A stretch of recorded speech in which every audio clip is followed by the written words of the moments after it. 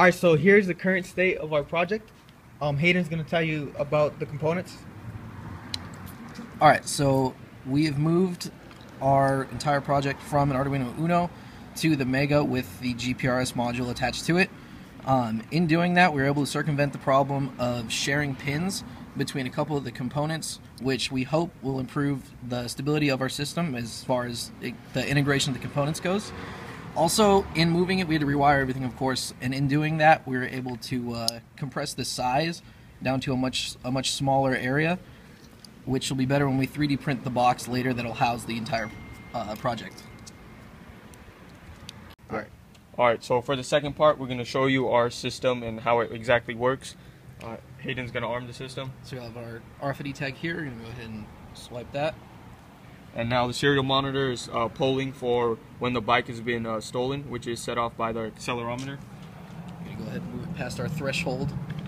Okay, so now the serial monitor tells us that the bike has been stolen.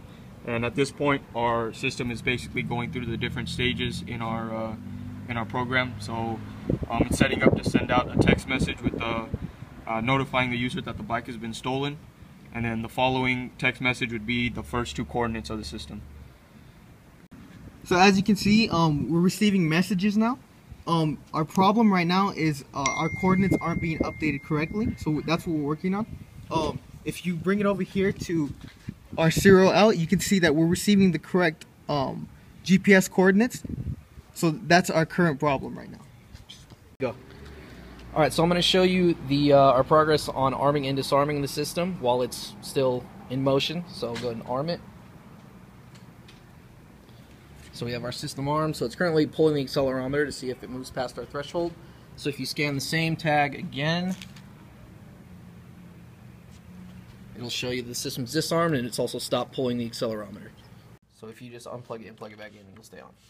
Is that what you're saying? Because it's only going to go at that function once. Yeah. We'll see.